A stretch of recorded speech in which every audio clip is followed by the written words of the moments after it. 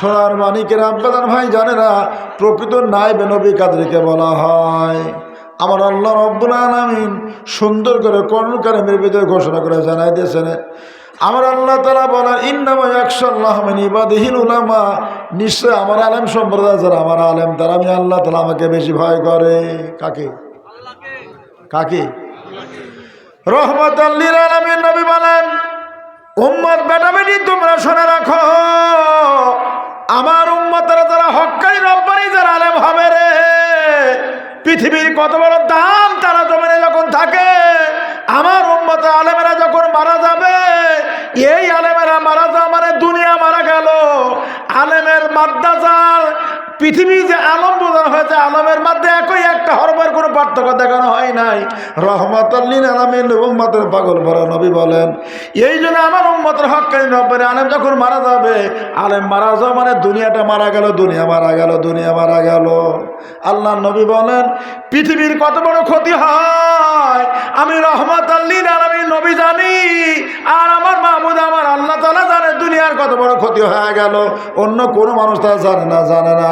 সমুদ্রে যে মাছগুলো বসবাস করে, এই মাছগুলোকে উপলব্ধির জন্য আমার আল্লাহ তার কিন্তু শক্তি দিয়েছেন। পৃথিবীর জমিনে এইরকম যখন কোনো আলেম মারা যায়, একদিন দুই দিন নয়, নবুয়তের নবী বলেন 40 দিন পর্যন্ত তারা সমুদ্রে কোনো প্রকার খানা খায় না। ওরা শোক প্রকাশ করে, শোক প্রকাশ করে। তারা জানে দুনিয়ার কত বড় ক্ষতি হয়ে গেল, দুনিয়ার কত বড় ক্ষতি হয়ে গেল। তার কারণে এইরকম এই ধরনের মানুষ যখন মারা যায়, তার মানে বোঝা যাচ্ছে আমার আল্লাহ তাআলা যে দুনিয়াটা মারা গেল। কি মারা গেল? এইরকম আলেম যারা, এরাই প্রকৃত নায়েবে নবী। আমার আল্লাহ রব্বুল আলামিন জানা দিয়েছেন, আমার আলেম সম্প্রদায় যারা, তারা আমি আল্লাহ তাআলাকে বেশি ভয় করে। আর ভয় করার জন্য প্রথম নম্বর শর্ত হলো, যিনি যত বেশি চেনেন তিনিই তত বেশি ভয় করেন। যে যত কম চেনে সে মানুষটা তত কম ভয় পায়, আর যে চেনেই না সে তা কোনো কিছুই ভয় পায় না। তাই কি? হ্যাঁ, ভয় পায়? আরে কথা বলে, ভয় পায়? ভয় পায় না। বড় বড় সন্তান যেগুলো আছে, বাপের সামনে দাঁড়া চোখটা নিচু করে দাঁড়ায় যায়, কি কর? হ্যাঁ, ছোট যেগুলো আছে, হ্যাঁ, ভয় খায়। কারণ ও চেনে না, জানে না, ওকে চেনে, ও চেনে না, জানে না। ওই যে আমার ছোট্ট মেয়েটা আছে, ও ভয় পায় না, কারণ ও জানে না বিষয়টা কি। কিন্তু ছেলে দুইটা আছে, ওরা কিছু বোঝে, কিছুটা জ্ঞান হয় যে ওরা ভয় পায়। কি কর? আছে না? যে নাতি আছে দুইটা, ওই বড় দুইটা যে নাতি আছে ওরা ভয় পায়, ওরা দাঁড়ায় সামনে, কথা থরথর করে কাঁপে। কিন্তু ছোট একটা আছে, কোনো কিছু হলে আপনার মতো আপনার ধরে এদিক সেদিক কোনো কিছু হলে টানে দাঁড়িয়ে ছিঁড়ে শেষ করে দেয়। কি কর? আছে না? অবস্থা খারাপ। বলে কারণটা কি? বলে কারণ ও জানে না, ও চেনে না, বোঝে না।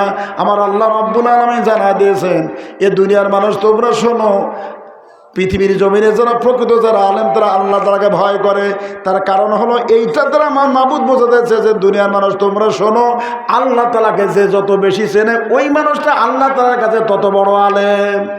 পৃথিবীর জমিনে যতগুলো পয়গম্বর আসছেন, সমস্ত পয়গম্বরদের ভিতরে রহমাতুল লিল আলামিন নবী আমার আল্লাহ তাআলাকে সবচেয়ে বেশি ভয় করতেন।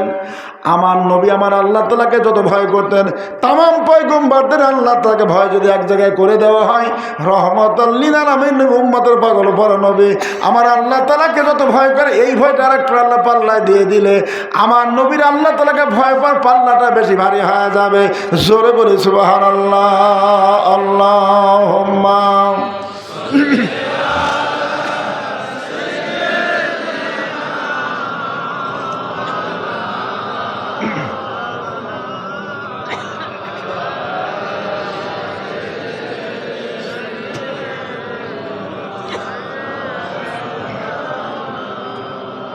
Allahumma salli ala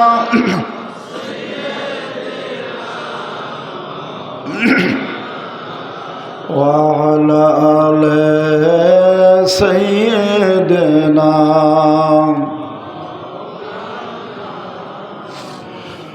গলেতে তসবির মালা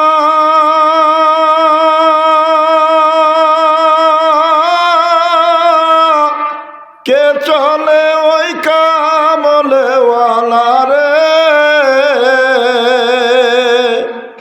ওরে আমার বুকের দরগা তলায়, ওরে আমার বুকের দরগা তলায়, ও তার ডেকে নিয়ে আয় রাসূল নামে কে রে মদিনায় রাসূল নামে। আল্লাহুম্মা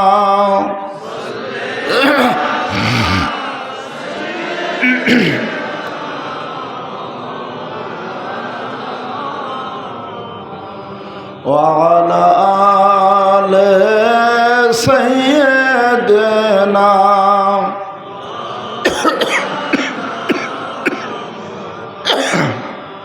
ফায়া আইয়ুহাল হাজিরুন রাহিমাকুমুল্লাহ, আল্লাহ তাআলাকে যিনি যত বেশি চেনেন, আল্লাহ তাআলার কাছে ওই মানুষটা তত বড় আলেম। তত বড় কি আলেম? মানে আল্লাহ তাআলাকে যে যত বেশি চেনেন উনি তো তত বেশি ভয় করে। আরে কথা বলে, সে বেশি ভয় করে না? বেশি ভয় করে। ফতুয়া সিদ্দিকিয়াতে এই আয়াতের ব্যাখ্যা তাফসীর করতে গিয়ে মুসান্নিফ আলোচনা করেছেন, কিতাব পড়া লেনে वाले से मुराद नहीं बल्कि किब्रिया ज़ात आज़िमत सिफत को नूर ईमान शुमारफत से देखने वाले आलम कहते हैं। आलम ওই ব্যক্তিকে বলা হয় যার কলবে নূরের দ্বারা, কিসের নূরের দ্বারা? আল্লাহ তাআলার জাত এবং সিফাতের নূরকে যিনি দেখার ক্ষমতা, যোগ্যতা যিনি অর্জন করেছেন। মুখ দিয়ে বললে কি হবে? বাস্তবতা বড় কঠিন জিনিস। যার কলবে নূরের দ্বারা আল্লাহ তাআলার জাত এবং সিফাতের নূরকে যিনি দেখার ক্ষমতা অর্জন করেছেন। কি বাংলা কথা শোনেন, বিভিন্ন সময় বক্তব্য শুনেছেন। জাত এবং সিফাতের নূরকে অবলোকন করতে হলে অবশ্যই এই মানুষটাকে আল্লাহ পাকের যে চারটা জগৎ আছে, চারটা জগতের সবচেয়ে উপরে জগৎ হলো আলমে লাহুত, এর নিচেটা আলমে জাবারত। এই মানুষটাকে অবশ্যই আলমে জাবারত এবং লাহুতে পদার্পণ করতে হবে, তাছাড়া কখনো এটা সম্ভব হবে না। কথা কিছু বোঝা গেল? পীর ও মুর্শিদ দয়া করে রহমত করে কাউকে যদি উরুজের দ্বারা যদি দেখায় সেটা ভিন্ন বিষয়, কিন্তু তার যোগ্যতার দ্বারা সে দেখতে গেলে তাকে অবশ্যই আল্লাহ তাআলার আলামে জাবারুত এবং লাহুতে এখানে পৌঁছাতে হবে। কারণ আলামে জাবারুতে এটা আল্লাহ তাআলার সিফাতের জায়গা, আর লাহুতটা সরাসরি আল্লাহ পাকের জাতের এরিয়া। জোরে বলি সুবহানাল্লাহ। তাহলে আমার ভিতরে ভয় পয়দা হতে হলে আল্লাহকে চিনতে হবে। কি হবে? আরে কথা বলেন, চিনতে গেলে চ্যানেল লাগবে। এই জন্য গোটা পৃথিবীর যারা বড় বড় মুস্তাহিদ, দুইজন বড় মুস্তাহিদ, ইমাম শাফিঈ রাহমাতুল্লাহ আলাইহি এবং ইমাম আহমদ ইবনে হাম্বল, এই দুইজন ইমাম বলছেন আল্লাহর ওলিদের সহবতে থাকলে দুইটা জিনিস পয়দা হয়, যেটা ইবাদতের আমলের সবচাইতে মূল্যবান দুইটা জিনিস, সবচাইতে প্রধান দুইটা, সেটা হলো তাকওয়া আল্লাহ, আল্লাহর ভয়। কার ভয়? আর মহব্বত আনাইলে আল্লাহ পাকের মহব্বত, আল্লাহ পাকের প্রেম। কার প্রেম? আল্লাহর মহব্বত যদি আমার দিলে না থাকে তাহলে ইবাদত বন্দিগুলো করা হবে কিন্তু মাবুদের দরবারে গ্রহণ হবে না। আল্লাহ পাকের ভয় এবং আল্লাহ পাকের মহব্বত, এই দুইটা জিনিস দুইজন মুস্তাহিদি একই কথা বলছেন। এই দুইটা জিনিস পয়দা হয় একমাত্র আল্লাহর ওলিদের সহবতে গেলে। জোরে বলি সুবহানাল্লাহ। কার সহবতে? হ্যাঁ, আল্লাহ ওলিদের সহবতে গেলে এই দুইটা জিনিস পয়দা হয়। কেন? সহবতে থাকবার কারণে মাবুদের পরিচয় আস্তে আস্তে পেতে থাকে। মাবুদের পরিচয় যখন পেয়ে যায় তার ভিতরে ভয় পয়দা হয়। কি ভয় পয়দা হয়? এবং তার ভিতরে প্রেম তৈরি হয়। কি তৈরি হয়? হ্যাঁ, প্রেম তৈরি হয়। জোরে বলি সুবহানাল্লাহ। কাজেই আমাদের দায়িত্ব কর্তব্য কারোর সহবত এখতিয়ার করা। কি বলেন? এখন সহবত এখতিয়ার আমি কার করব? কি সমাচার? সহবত যিনারা আউলিয়া কিরাম যিনারা আছেন, যে কোনো আউলিয়া কিরাম আপনি করতে পারেন, অসুবিধা নাই। তবে আপনার উন্নতির যে ব্যাপার সেবার যেগুলো আছে, এখানে আবার কিছু রুট, কিছু রাস্তা দেখানো হয়েছে। পৃথিবীতে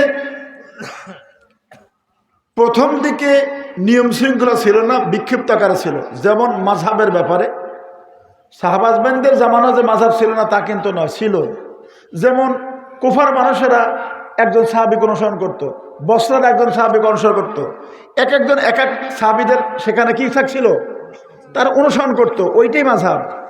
কিন্তু পরবর্তীতে আপনার হানাফি, শাফি, মালিকি বা হাম্বলি যে মাযহাবগুলো আস্তে আস্তে তৈরি হয়েছে, এগুলো মানে গোটা পৃথিবী ব্যাপকভাবে যখন প্রচার প্রসার হয়ে যায় এভাবে হয়। তো তরিকতেরও ঠিক আব্দুল কাদের জিলানী আল বাগদাদি রহমতুল্লাহ আলাইহি ওনার আগেও যে তরিকা ছিল না তা নয়, কিন্তু এরকম নিয়ম শৃঙ্খলভাবে এভাবে করে দেয় এরকম নয়।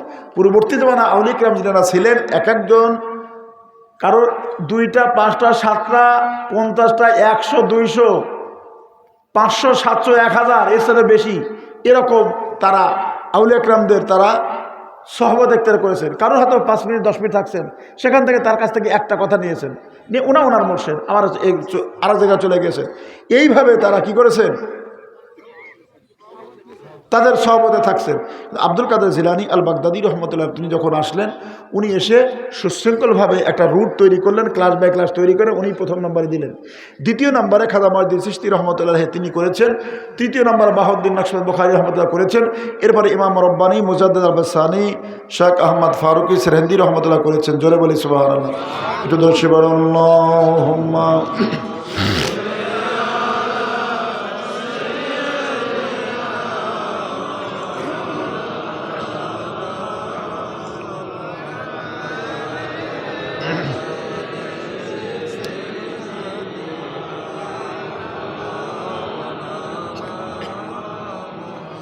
ফায়া আইয়ুহাল হাজিরুনা রাহমাকুমুল্লাহ, গভীর মনোযোগ ভালো করে বোঝার চেষ্টা করুন। এই যে 4টা তরিকা, বহুদিন আপনি আলোচনা শুনেছেন। 4টা তরিকার মূল গুণে নিসবত হলো 2টা। কয়টা? এই 2টা নিসবতের মূল গুণ হলো একটা, আমার মাবুদের নিকট থেকে রহমাতাল লিল আলামিন নবীর সিনাতে আমার আল্লাহ তাআলা ঢেলে দিয়েছেন। জোরে বলি সুবহানাল্লাহ। কে দিয়েছে? প্রশ্ন হতে পারে মাবুদ নবী সিনা ঢেলে দিয়েছেন, বিষয়টা কি, ব্যাপারটা কি? রহমাতাল লিল আলামিন নবী বলেন, আলকাইতু ফি সাদরি আবু বকর মালকাল্লাহু তাআলা, আমি রহমাতাল লিল আলামিন নবী, আমার আল্লাহ তাআলা আমার সিনার ভিতরে যা কিছু ঢেলে দিয়েছেন আমি আবু বকরের সিনাতে তো আমি ঢেলে দিয়েছি। জোরে বলি সুবহানাল্লাহ। সোনার মানিকেরা, বাদান ভাই জানেরা, এই 2টা নিসবতের মূল গোড়া হলো একটা, সেটা হলো আমার আল্লাহ তাআলা রহমাতাল লিল আলামিন নবীজিকে দিয়েছেন। জোরে বলি সুবহানাল্লাহ। এই জায়গা থেকে 2টা নিসবত হওয়ার পিছনে কারণটা কি, বিষয়টা কি? আল্লাহ রব্বুল আলামিনের সিফাতি নাম অসংখ্য আছে। কি আছে?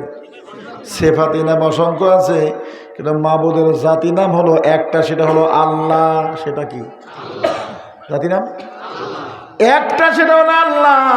আর যতগুলো রহমান, রাহিম, গাফুর, গাফফার, সাত্তার, যত কিছু মোটগুলো সিফাতি নাম। কিন্তু রহমাতুল লিল আলামিন উম্মতের পাগল পরা নবী, নবীজির আমার আল্লাহ তাআলা জাতি নাম আমার নবীর হলো 2টা, সিফাতি নাম অসংখ্য আছে। ইমাম জালালউদ্দিন সুয়ুতী রহমাতুল্লাহ আলাইহি অসংখ্য মত তিনি কাসাতুল কুবরাতে আলোচনা করেছেন। প্রসিদ্ধ মত তিনি যেটা বর্ণনা করেন সেটা হলো এইটা, আমার মাবুদের সিফাতি নামের সংখ্যা যত, রহমাতাল লিল আলামিন নবীর সিফাতের নামের সংখ্যা অতগুলো। জোরে বলি সুবহানাল্লাহ। কিন্তু আমার নবীর জাতি নাম হলো 2টা, আমার মাবুদের জাতি নাম হলো একটা, সেটা আল্লাহ। রহমাতাল লিল আলামিন নবীর জাতি নাম হলো 2টা, একটা হলো আহমদ, একটা হলো মোহাম্মদ। কি নাম? তাহলে জাতি নাম কয়টা? 2টা। পৃথিবীর জমিনে 2টা নিসবত নবীর কাছ থেকে চলে আসছে। একটা নিসবতে আলাবিয়া, একটা নিসবতে সিদ্দিকিয়া। গবেষণা করে যেটা দেখা যায়, নিসবতে আলাবিয়াতে 2টা তরিকা আসছে। আব্দুল কাদের জিলানী আল বাগদাদি রহমতুল্লাহ তরিকা দিয়েছেন, আর খাজা মুঈনুদ্দিন চিশতি রহমতুল্লাহ একটা তরিকা দিয়েছেন। প্রশ্ন হতে পারে, নিসবতে আলাবিয়া তো একটাই নিসবত, এই একটা নিসবতে একটা তরিকাই তো দরকার ছিল, 2টা বার কেন হয়ে গেল? কারণটা কি? আব্দুল কাদের জিলানী আল বাগদাদি রহমতুল্লাহ প্রথম নম্বর তিনি যখন তরিকা প্রসার করলেন, উনি মানুষের মাঝে যখন কাদিয়া তরিকা, কুদরতের রাস্তা, তরিকুন শব্দ অর্থ হলো রাস্তা, পথ। কাদিয়া তরিকা মানে কুদরতের রাস্তা। এই তরিকার উপরে মানুষের সাধনা করলো। খাজা মুঈনুদ্দিন চিশতি রহমতুল্লাহ তিনি যখন আসেন, তিনি তরিকার একজন ইমাম, উনি একটা রাস্তা তৈরি করে দিলেন, চিশতিয়া তরিকা। কি তরিকা? চিশতিয়া তরিকা মানে স্বাদের রাস্তা। কিসের? হ্যাঁ, সোনার মানিকেরা, বাদান ভাই জানেরা, ওইটা বাতিল হয়ে গেছে এমন নয়, এটা বাতিল হয়ে গেছে এমন নয়, কিন্তু যুগের পার্থক্যের কারণে ওই সময় ওই তরিকা যখন মানুষের আমল করলো তখন মানুষের উন্নতি অনেক হয়েছে। কিন্তু খাজা মঈনুদ্দিন চিশতি রহমতুল্লাহ যখন ভারতবর্ষের জমিনে যখন আসলেন, ইয়াল্লাহর ওলি আসবার পরে মানুষেরা তরি যখন এই পথগুলো বাতায় দিয়ে দিলেন, মানুষেরা সৃষ্টির তরিকার উপরে সাধনা করে তাদের উন্নতির আরও বেশি শুরু হয়ে গেল। নেসবতে সিদ্দিয়া গিয়াতে খাজা বাহাউদ্দিন নকশবন্দ বুখারী রহমতুল্লাহ আলাইহি উনি এই নেসবতের উনি কী করলেন, বাহাউদ্দিন নকশবন্দ বুখারী রহমতুল্লাহ আলাইহি উনি নকশবন্দের তরিকার প্রসার করলেন। ওনার পূর্বে তাহলে কি নিসবতে সিদ্দিকা তরিকা ছিল না? বলে হ্যাঁ। ওনার পূর্বে যতগুলো আল্লাহর ওলি আছে প্রত্যেকটা আল্লাহর ওলি তো নিসবতে সিদ্দিকের উপরে বাহাউদ্দিন নকশবন্দ বুখারী রহমতুল্লাহ পূর্বে কি বলেন, হ্যাঁ ওনার আগে যারা সে জানামতে যাদের নাম আছে, কি আছে নাম আছে না, ওনারা কোন নিসবতে? নিসবতে, কিন্তু নকশবন্দের তরিকা আসে নাই। কি আসে নাই? এই তরিকা পৃথিবীর জমিনে প্রচার হয় নাই। কাদের এবং চিশতি আসছে, নকশবন্দের তরিকা ছিল না, কিন্তু নিসবতে সিদ্দিকিয়া ছিল। নিসবতে সিদ্দিকার বা তারা সাধনা করছে কিনা? হ্যাঁ, কারণ সেজরা নামায় একের পর এক আল্লাহ ওদের নাম সেখানে রয়ে গেছে। বাহাউদ্দিন নকশবন্দ রহমতুল্লাহ আলাইহি উনি আসবার পরে উনি এই নকশবন্দের তরিকার উনি কী করলেন, উনি ওনার পূর্বে যেভাবে তারা সাধনা করতো সেভাবে সাধনা করেছেন। এই সাধনা করবার পরে বাহাউদ্দিন নকশবন্দ বুখারী রহমতুল্লাহ জিকিরের পরিবর্তন ঘটালেন। এই নিসবতে পূর্বে যারা ছিল তারা তারা জলি জিকির করতো। কি করত? বাহাউদ্দিন নকশবন্দ রহমতুল্লাহ উনি জলি জিকির বন্ধ করে দিয়ে দিলেন। উনি খফি জিকির শুরু করে লম্বা চড়া ঘটনা। শুধু তাই নয়, উনি মাবুদের কাছ থেকে একটা রাস্তা তরিকা আমার আল্লাহ তাআলার কাছ থেকে উনি চালান সহজ রাস্তা। কি রাস্তা? অতি দ্রুত গতিতে যেন মানুষ আল্লাহ পর্যন্ত পৌঁছায় যেতে পারে, এই সহজ রাস্তার জন্য মাবুদের কাছে তিনি ফরিয়াদ জানায়। শুধু জানাই নাই, এই নবীর উম্মতের জন্য কত কষ্ট করেছে আল্লাহর ওলি। একটা দুইটা দিন না, গোটা 15টা দিন। কয় দিন? এই 15 দিন কোনো আহার নাই, কোনো খাওয়া দাওয়া নাই, কোনো ঘুম নাই, শুধু ফরজ নামাজ ওয়াক্ত হয়ে যায় উনি নামাজ আদায় করে শুধু সেজদায় পড়ে থাকে, মাবুদ আমি জমিন থেকে মারা যাবো, আবৃত্ত নাই, কিন্তু তোমার নবীর উম্মতের নাজাত মুক্তি চাই। কেমনি করে মুক্তি হবে, নাজাত হবে, রাস্তাটা সহজ একটা পথ আমাকে দিয়ে দাও। একদিন দুই দিন নয়, কিতাব প্রমাণ করে 14টা দিন চলে যায়। এই 14 দিন যখন হয়ে গেল, আল্লাহর ওলি সিদ্ধান্ত নিয়ে ফেললেন, শরীর আমার এত দুর্বল হয়ে গেল, পৃথিবীর জমিনে মনে হয় আমি আর বাঁচবারে মারা যাব। বাহাউদ্দিন নকশবন্দ বুখারী রহমতুল্লাহ উনি চিন্তা ভাবনা করে নিয়ে উনি সিদ্ধান্ত নিয়ে ফেলে আমি মারা যাওয়া পেতে নাই, তবুও এইটার উপরে মাবুদের কাছে আবেদন দরখাস্ত করে আমি বিদায় হয়ে চলে যাব। নবীর উম্মতের কোনো ফায়সালা হয় কিনা দেখেনি। 14 নম্বর দিন যখন হয়ে গেল, আল্লাহর ওলি চিন্তা করে মনে হয় আমি আর বাঁচব না, মারা যাব। উনি সিদ্ধান্ত নিয়ে ফেললেন, অসুবিধা নাই, টেনশনের কোনো কারণ নাই। 15 নম্বর দিন যখন এসে গেল, মাবুদের পক্ষ থেকে এলহাম করে এলকা করে জানাই দিল, বন্ধু বাহাউদ্দিন মাথা ওঠাও, সুন্দর সুশৃঙ্খল একটা পথ আমি আল্লাহ তাআলার পক্ষ থেকে বাতায় দিয়ে দিচ্ছি। সোনার মানিকের আব্বাদান ভাইজানেরা, অতি সহজে মাবুদকে আল্লাহ তাআলাকে যেন পাওয়া যায়। এই জন্য বাহাউদ্দিন নকশবন্দ বুখারী রহমতুল্লাহ উনি নকশবন্দের তরিকাটা যে উনি বাতায় দিয়ে দিন, এবং অনেকগুলো ক্লাস, অনেকগুলো এই তরিকা আপনার বিভিন্ন দায়রা এবং সবকগুলো তিনি সুন্দর করে বাতায় দিয়ে এবং ব্যবস্থা রাস্তাটা তিনি তৈরি করে দিয়ে দিলেন যে এই নিয়মে এইভাবে মানুষেরা যদি কাজ করে, যেটা মাবুদের পক্ষ থেকে আল্লাহ তাআলার পক্ষ থেকে তাকে জানাই দেওয়া হলো, উনি সেইভাবে সুন্দর করে নকশবন্দের তরিকার সবকগুলো উনি নির্ধারণ করে দিয়ে দিলেন। এবং জেকেটটা পূর্ববর্তী তার পূর্বে যিনি আছে ওনার যিনি পীর মোর্শেদ, উনিও জলি জিকির করতেন। বাহাউদ্দিন নকশবন্দ রহমতুল্লাহ উনি ওনার পীর মোর্শেদকে উনি খফি জিকির করবার জন্য উনি জলি জিকির বন্ধ করে দিয়ে দিলেন। শুধু উনিই না, ওনার পূর্বে ওনার যে পীর মোর্শেদ, ওনার পীর মোর্শেদ প্রথম থেকে জলি জিকির করতো, কিন্তু বাহাউদ্দিন নকশবন্দ রহমতুল্লাহ উনি কী করলেন, ওনার পীর মোর্শেদকে এইভাবে বলে উনি ওই জিকিরটা বন্ধ করে দিয়ে খফি জিকির শুরু করে দিয়ে দিলেন। শুধু খফি জিকিরই নয়, নকশবন্দের তরিকা উনি যে জিকিরটা করতেন সেটা হলো আল্লাহ পাকের যে নাম আছে, আলিফ লাম লাম হা আল্লাহ। এই আল্লাহ লিখতে যেমন আলিফ লাম লাম হা আল্লাহ, এই আরবিতে যে লেখা হয়, হুবহু চক্ষু বন্ধ করে গভীর মনোনিবেশ দিয়ে এই যে হরফগুলো যে লেখা হয়, এই হরফের এই নকশাটার উপরে ধ্যান খেয়াল করা, নকশার উপরে ধ্যান খেয়াল করার কারণে বাহাউদ্দিন নকশবন্দ রহমতুল্লাহ বলেন, আমি তাকায় দেখি রে এরকম আল্লাহ লেখা চতুর্দিকে নূরের হরফে হয়ে গেল। জোরে বলে সুবহানাল্লাহ। সুন্দর করে উনি রাস্তা দিয়ে দিলেন বাহাউদ্দিন নকশবন্দ রহমতুল্লাহি। এবং মানুষেরা সাধনা করে অতি দ্রুত গতিতে আল্লাহ তাআলা পর্যন্ত পৌঁছে তাদের জন্য সহজ হয়ে গেল। এমনি করতে করতে কয়েকটা বছর চলে গেল। হযরত খাজা বাকি বিল্লাহ রহমতুল্লাহি, ওনার বাড়ি মাওয়ারুন নাহার, ওনার পীর মুর্শিদ খাজা আমকাঙ্কি রহমতুল্লাহি, যিনি বুখারা, সমরকন্দ, তাশকন্দ ওই এরিয়াতে উনি আল্লাহর ওলি। নকশবন্দের তরিকার প্রচার ওই সাইডে হয়, ভারতবর্ষের জমিনে নকশবন্দের তরিকার প্রচার হয় নাই। কারণ ভারতবর্ষের জমিনে চিশতিয়া তরিকার দাপট সবচেয়ে বেশি, তারপর হলো কাদরিয়া তরিকা। এই ভারতবর্ষের জমিনে এইটার দাপট থাকার কারণ হলো পৃথিবীর সর্বশ্রেষ্ঠ বড় বড় আল্লাহর ওলি এই ভারতবর্ষের জমিনে চিশতিয়া তরিকাতে তাদের বড় বড় বাহাদুরি, বড় বড় হাস্তি তারা আসছিল। খাজা মঈনুদ্দিন চিশতি রহমতুল্লাহ শুধু না, ওনার পরে কুতুবউদ্দিন বক্তার কাকি রহমতুল্লাহ। কে? হ্যাঁ, কুতুবউদ্দিন বক্তার কাকি রহমতুল্লাহ, হযরত ফরিদউদ্দিন গঞ্জ শকর রহমতুল্লাহ এবং মাহবুব ইলাহি খাজা নিজামুদ্দিন আউলিয়া রহমতুল্লাহ। এরপরে খাজা নাসিরউদ্দিন মাহমুদ সিরাজ দিল্লি, যাকে সিরাজ দিল্লি বলা হয়, দিল্লির প্রদীপ বলা হয়। দিল্লির প্রদীপ কার প্রদীপ? হ্যাঁ, দিল্লির প্রদীপ।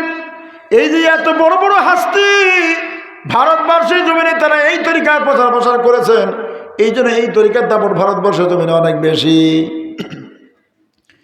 নিসবতে সিদ্দিকিয়াতে পৃথিবীর জমিনে পূর্ব নির্ধারিত একজন মুজাদ্দেদ আসবে, যিনি দ্বিতীয় হাজারের মুজাদ্দেদ। পরবর্তী যারা 100 বছরের মুজাদ্দেদ যারা হবে, তারা এই মুজাদ্দের আন্ডারে তারা থাকবে। নবীর অসংখ্য উম্মতের আজাদ দ্বারা ক্ষমা পেয়ে মাপ পেয়ে আল্লাহ তাআলা জান্নাতে চলে যাবে। এই মানুষটা পৃথিবীর জমিনে আসবে।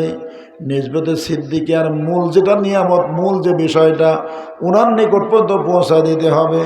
বাহাউদ্দিন নকশবন্দ রহমতুল্লাহি পৃথিবীর জমিনে এইগুলো করে উনি পর্দা করে চলে গেলেন। এই নিসবতের আল্লাহর হযরতে খাজা আমকাঙ্কি রহমতুল্লাহি তিনি মাওয়ারুন নাহার। আল্লাহর ওলি বলেন, আমি রাতের গভীরে ঘুমিয়ে আছি। বাহাউদ্দিন নকশবন্দ রহমতুল্লাহ বলছে, বাবা আমকাঙ্কি নিসবতের মূল ধারক বাহক যিনি পৃথিবীর জমিনে, তার পৃথিবীর জমিনে আসবার তার নিকটবর্তী টাইম হয়ে গেছে, সময় হয়ে গেছে। এই মানুষটা ভারতবর্ষের জমিনে আসবে রে, এ বা আমকাঙ্কি, এই নিসবতটা তার নিকটে পৌঁছা দিতে হবে। খাজা আমকাঙ্কি রহমতুল্লাহ বলেন, আমি বারবার দেখতে থাকি বাহাউদ্দিন নকশবন্দ রহমতুল্লাহ আমার উপরে বারবার করে এই কথাগুলো বারবার হুকুম জারি করতেছে। আমি সর্বশেষ চিন্তা ভাবনা করলাম, আমার সবচেয়ে নিকটস্থ যে মুরিদান, তার নাম হযরতে খাজা বাকি বিল্লাহ রহমতুল্লাহ। এটা দর্শবেন আল্লাহুম্মা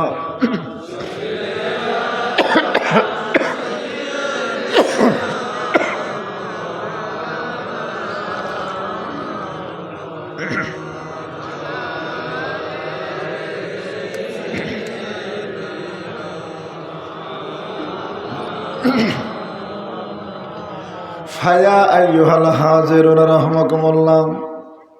খাজা আমকাঙ্কি রহমতুল্লাহ বলেন, আমার নিকট সবচেয়ে আমার যেটা প্রিয় মুরিদ, তার নাম খাজা বাকি বিল্লাহ। নাম কি? খাজা। আল্লাহর ওলি সিদ্ধান্ত নিয়ে ফেললেন, আমার এই মুরিদ খাজা বাকি বিল্লাহকে আমি পাঠায় দিয়ে দেব।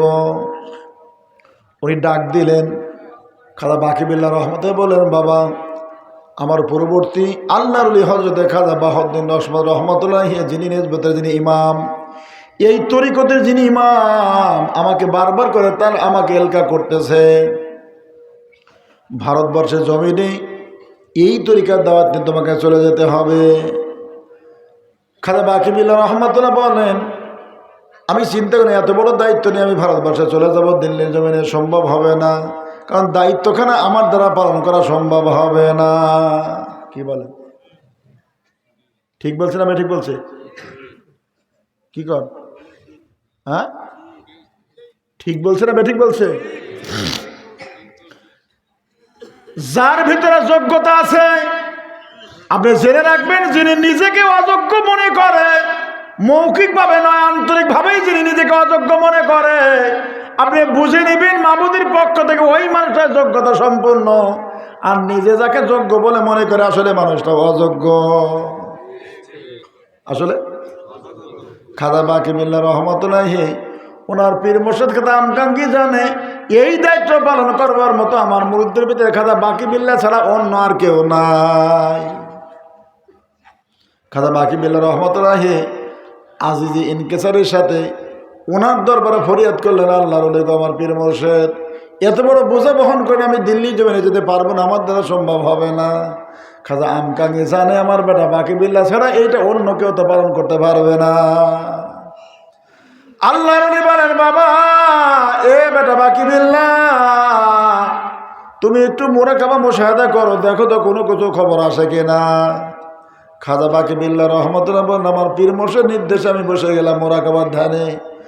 আমি মুরাকাবা করতে করতে আমি মুশাহাদায় দেখতে পেলাম আমার সম্মুখে সুন্দর একটা বৃক্ষ, এই বৃক্ষের উপরে একটা তোতা পাখি এসে বসে গেল। জোরে বলে সুবহানাল্লাহ। মুরাকাবা বলা হয় কোনো কিছু কাঙ্ক্ষিত বস্তুকে পাওয়ার জন্য ধ্যান গবেষণা করা। কি করা? কাঙ্ক্ষিত বস্তুকে পাওয়ার জন্য ধ্যান গবেষণা, তাকে বলা হয় মুরাকাবা। আর এই ধ্যান অবস্থায় কাঙ্ক্ষিত বস্তু নয়নপটে ভেসে ওঠে, এটার নাম হলো মুশাহাদা। মুশাহাদা হলো দেখা, যেটার অপেক্ষা আপনি অপেক্ষামান আছেন, আপনার নয়নপটে ভেসে ওঠে, এটাকে মুশাহাদা বলা হয়। আর চুপচাপ গভীর ওইটাকে পাওয়ার আশায় আপনি বসে থাকে, এটাকে মুরাকাবা বলা হয়। আর ওই অংশটার নাম হলো মুশাহাদা। জোরে বলি সুবহানাল্লাহ।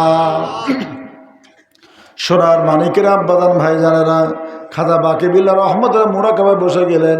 মুশাহাদায় উনি দেখতে পেলেন সুন্দর একটা বৃক্ষ, এই বৃক্ষের উপর এটা তোতা পাখি এসে বসে গেল। খাজা বাকি বিল্লাহ রহমতুল্লাহ বলেন, আমি মনে মনে চিন্তা করলাম, এই তোতা পাখিটা যদি আমার হাতের উপরে যদি এসে বসে যায়, তাহলে ভারতবর্ষের জমিনে যাওয়া আমার জন্য শুভ, আমার জন্য এটা সম্ভব হবে, তাছাড়া হবে না। খাজা বাকি বিল্লাহ রহমতুল্লাহ বলেন, দুনিয়ার মানুষ তোমরা শোনো কি বলবো, আমি দিলের ভিতরে উদয় হতে না হতে আমি দেখতে পেলাম মুশাহাদার ভিতরে এই তোতা পাখিটা এসে আমার হাতের উপরে বসে গেল। জোরে বলি সুবহানাল্লাহ। শুধু তাই নয়, বসবার পরে এই তোতা পাখিটা আমার মুখে কি করলো, এই তোতা পাখিটাকে আমি আমার মুখের লালা দিয়ে ভরপুর করে দিলাম। খাজা বাকি বিল্লাহ রহমতুল্লাহ বলেন, আমার যে মুখের লালা আছে, এই মুখের লালাটা তোতা পাখির মুখটাকে আমি ভর্তি করে দিয়ে দিলাম। অল্প কিছু সময় পরে আমি দেখতে পেলাম তোতা পাখিটা, আমি বাকি বিল্লাহ আমার মুখটা চিনি দ্বারা এই তোতা পাখিটা ভরপুর করে দিয়ে দিল। জোরে বলি সুবহানাল্লাহ। সোনার মানিকেরা, আব্বাজান ভাই জানেরা, এইটা যখন উনি মুরাকাবা যখন ভেঙে গেল, খাজা আমকাঙ্কি রহমতুল্লাহ বলেন, বাবা বাকি বিল্লাহ রে, তুমি কি কোনো কিছু দেখতে পেয়েছো, বুঝতে পেয়েছো? খাজা বাকি বিল্লাহ রহমতুল্লাহ বলেন, আল্লাহর ওলিকে আমি দেখতে পেয়েছি। বলে, বাবা কি দেখছো? হ্যাঁ, খাজা আমকি জানে? হ্যাঁ, দেখলো উনি কি জানে?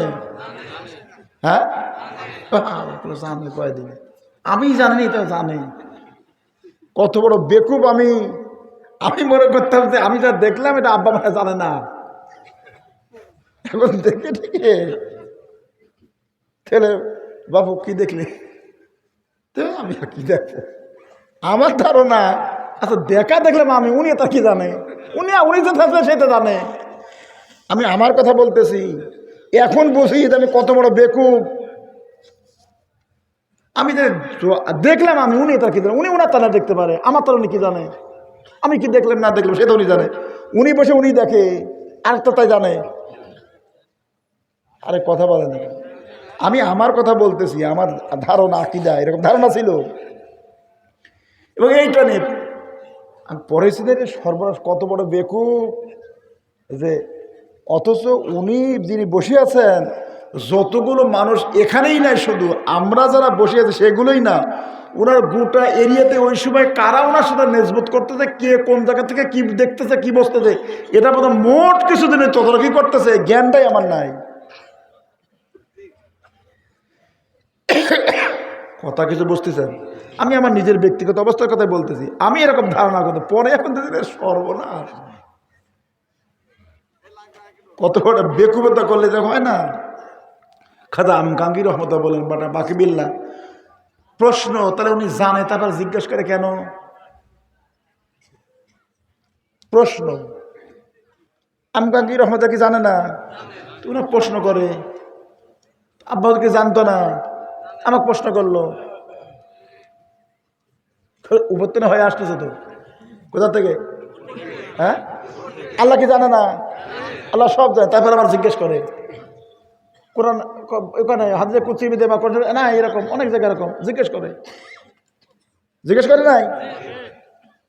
বিষয়টা হলো এটা তারা অনেকগুলো দিক হতে পারে। একটা হলো তার প্রতি জ্ঞান কতটুকু, তার প্রতি যেমন রহমতুল্লাহ আলামিন নবী অনেক সময় সাহাবীকে প্রশ্ন জিজ্ঞেস করেছেন।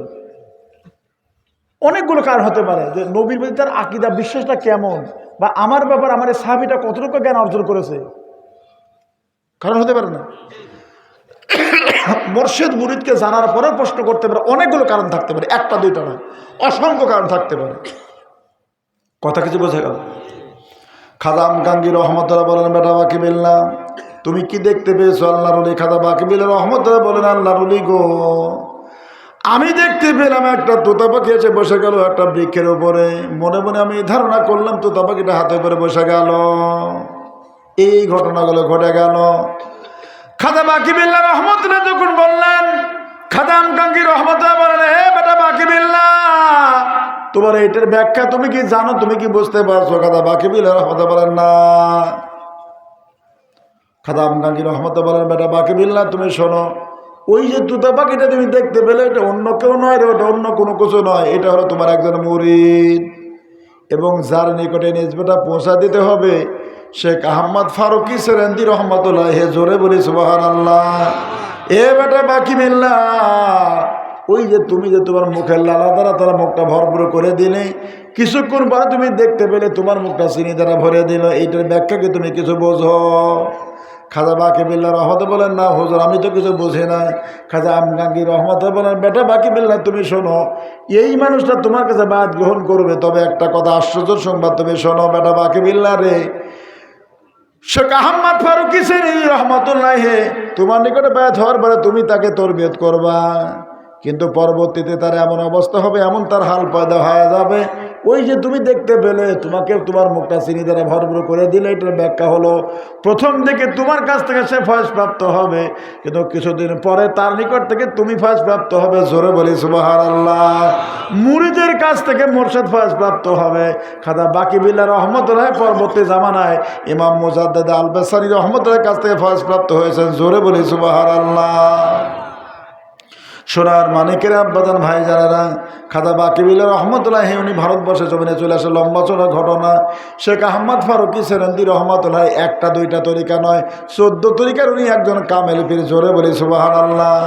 কয়টা তরিকা? 14 তরিকার কামেল পীর। বলে কেমনি করে হলো? ওনার আব্বা শেখ আব্দুল আহাদ রহমতুল্লাহ মস্ত বড় একজন আল্লাহর জামানার কামেল মানুষ, ইয়াল্লাহর উনি 14 তরিকার পীর ছিল। থাকবার কারণে ওনার কলিজার টুকরা বেটা শেখ আহমদ ফারুকি সেরেন্দি রহমতুল্লাহ, যিনি আপনার নিসবতে সিদ্দিকী এবং বংশধারায় হলো ফারুকি। বংশধারা ফারুক আর নিসবতে সিদ্দিকী।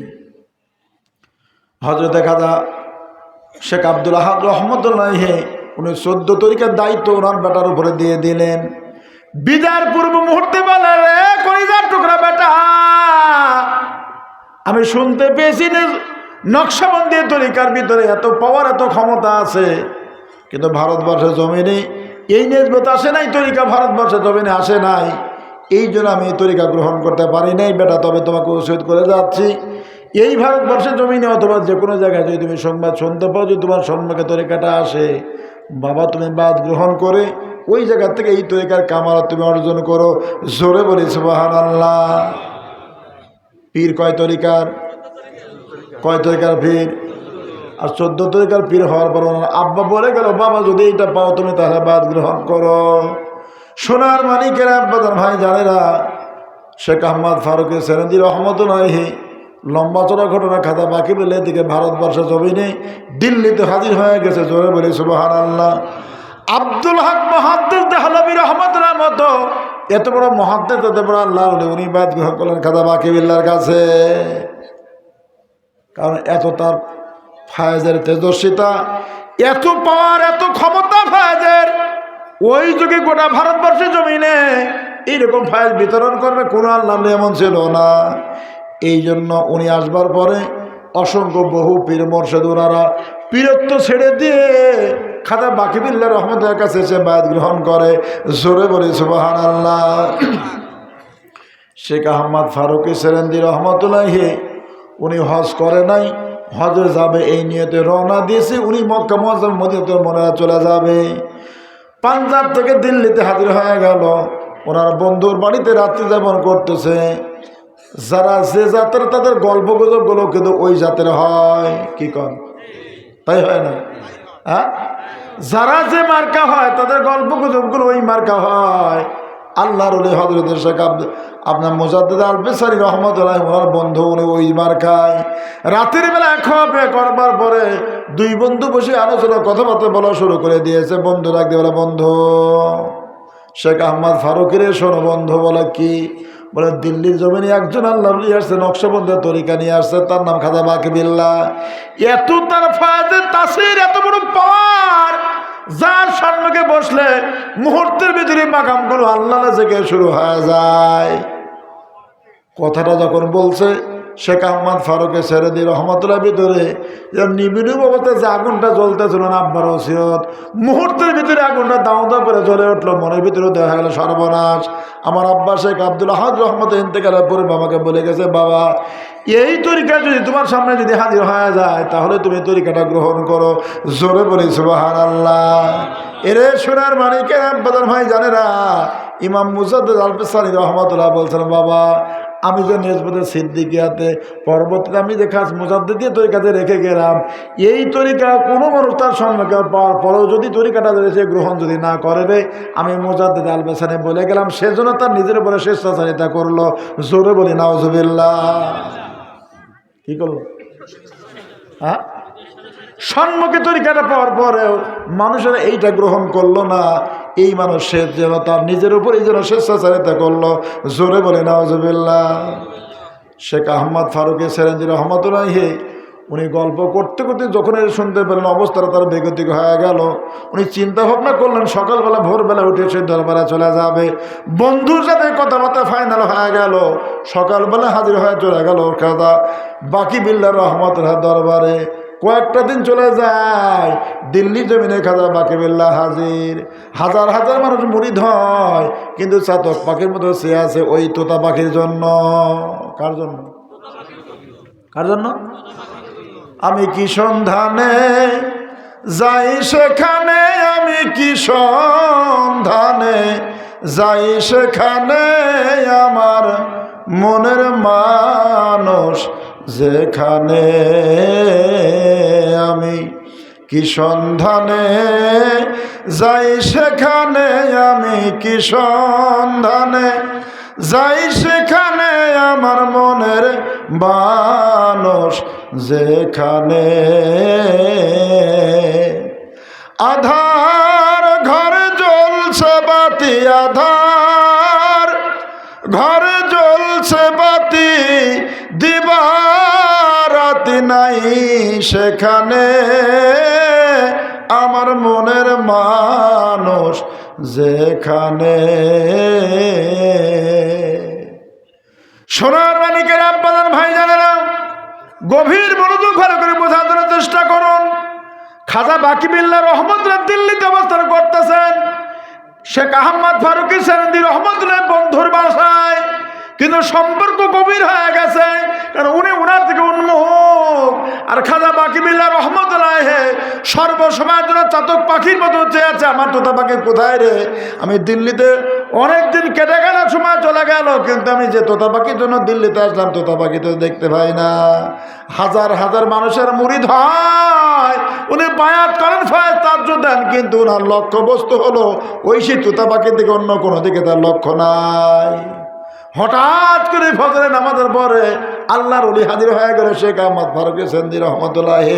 জোহরই তো জোহর সেনে, তার কারণ হলো ওনার চেহারার দিকে আবাদ মাস্তুক তাকানোর সাথে সাথে আল্লাহর ওলি খাজা বাকি বিল্লাহ রহমতে বুঝতে পারছে এই তো সেই তোতা পাখি।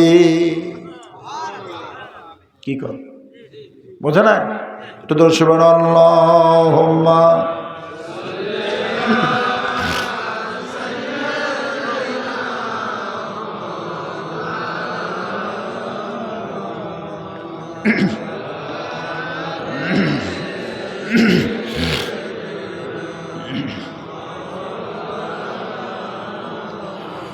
উড়ে যায় রে ময়না পাখি,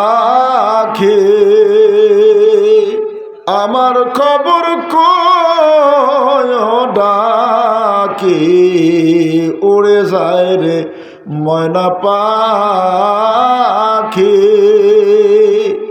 আমার খবর কয় ডাকি। ওরে অধমের কইরা পাগল, রে অধমের কইরা পাগল, ও শুয়ে আসেন মদিনায়।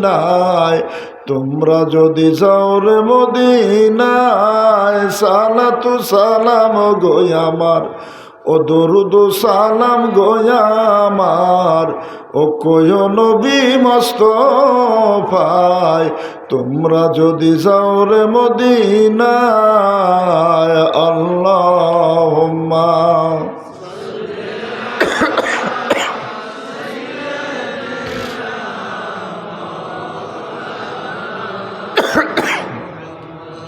ওয়া আলা আলি সাইয়্যিদিনা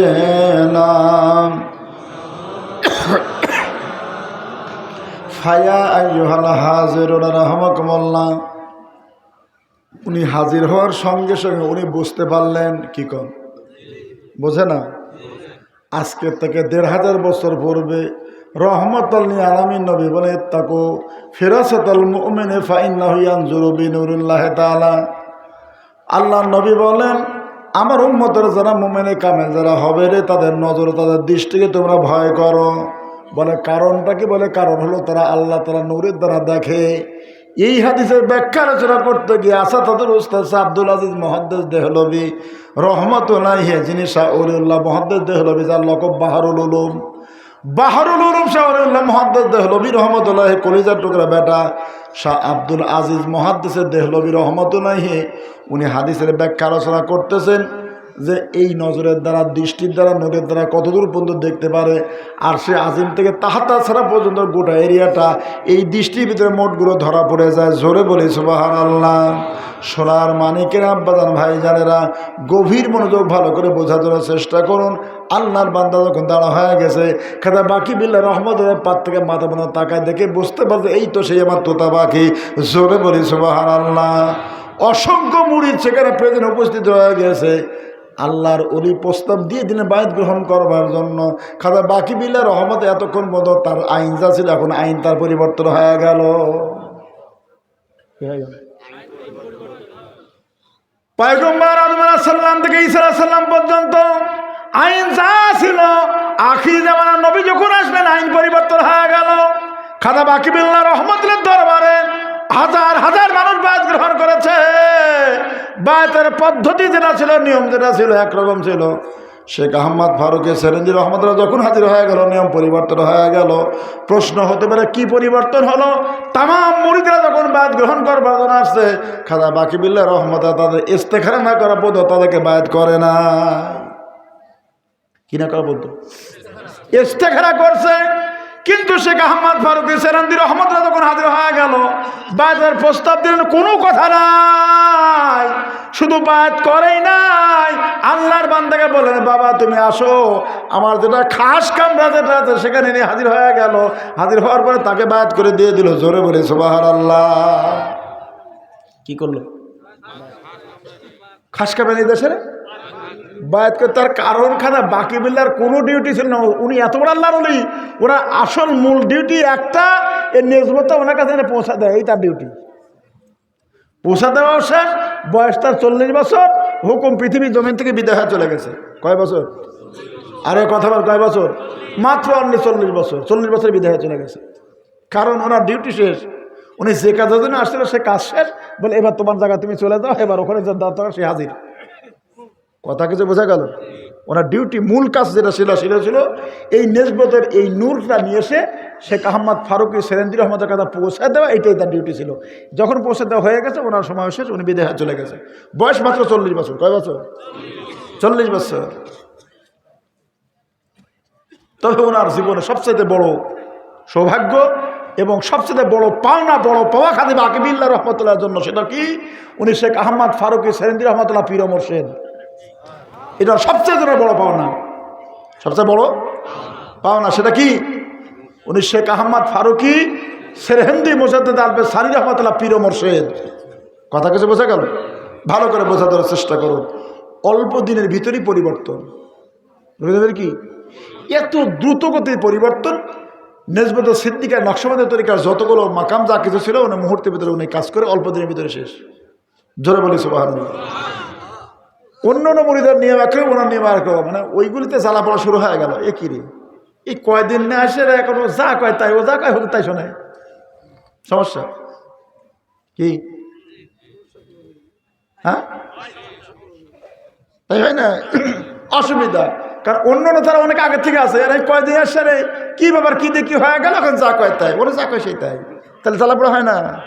হ্যাঁ, কোন প্রেমে গুরু হয় ভব তরি, কষ্ট হয়।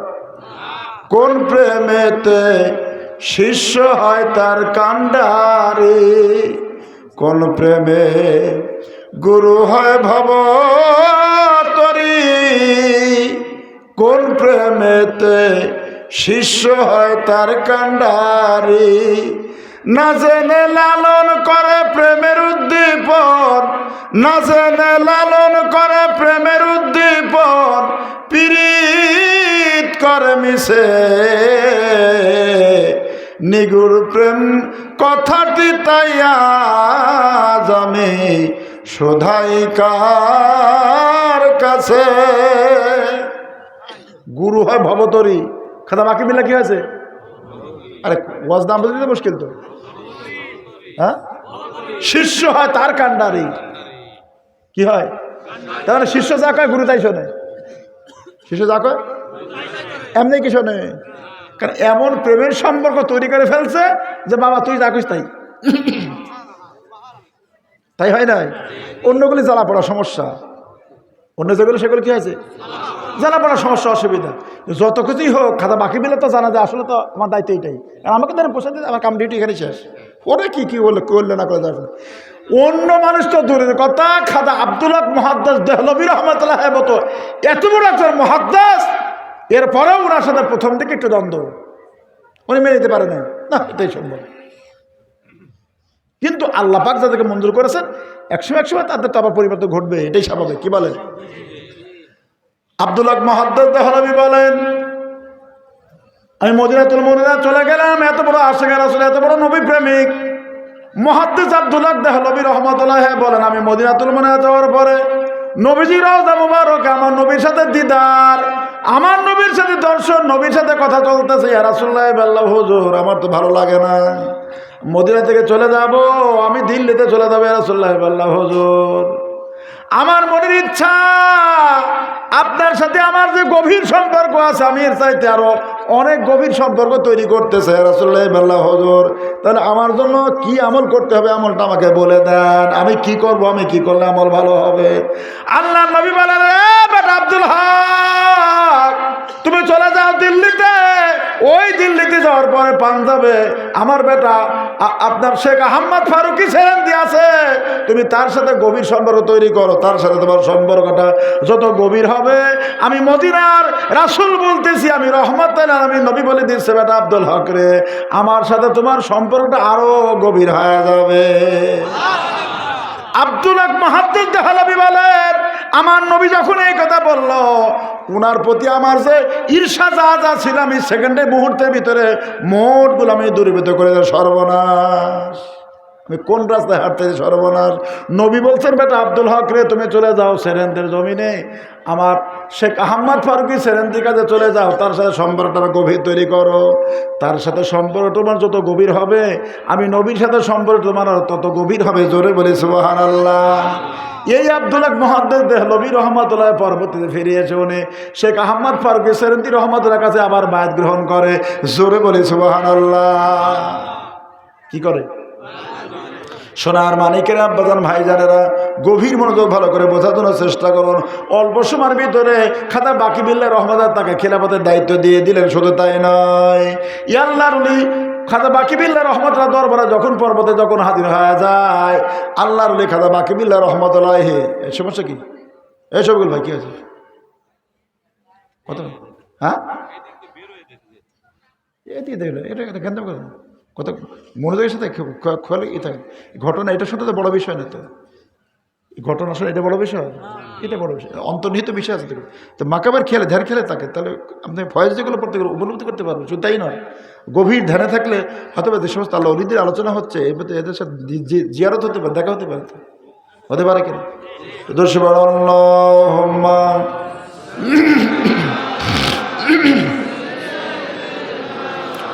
মাওলানা মুহাম্মদ আলা আলে সাইয়্যিদানা